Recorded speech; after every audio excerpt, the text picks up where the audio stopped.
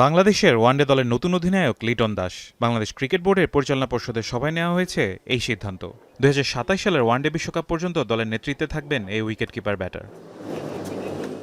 এর মাধ্যমে সাদা বলের ২ সংস্করণ ওয়ানডে ও টি-20 দুটিতেই অধিনায়কত্ব করবেন লিটন। একই সঙ্গে ওয়ানডে দলের নতুন সহ অধিনায়ক করা হয়েছে তাওহিদ হৃদয়কে। Liton Das will be the white ball captain and Shanto will continue as red ball captain.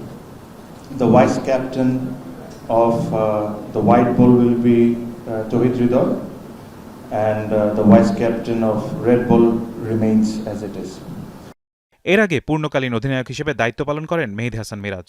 তার নেতৃত্বে বাংলাদেশ খেলেছে ২৪টি ওয়ানডে ম্যাচ, যার মধ্যে 10টিতে জয় পেয়েছে টাইগাররা। তবে মিরাজের অধিনায়কত্বের শুরুটা ছিল কঠিন।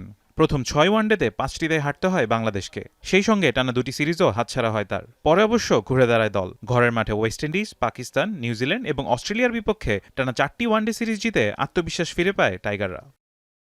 তবে সর্বশেষ জিম্বাবুয়ের বিপক্ষে ওয়ানডে সিরিজের পরাজয়ের পরই নেতৃত্বে পরিবর্তনের সিদ্ধান্ত নেয় বিসিবি। দেশের বাইরেও মিরাজের অধিনায়কত্বে কঠিন সময় পার করেছে টাইগাররা।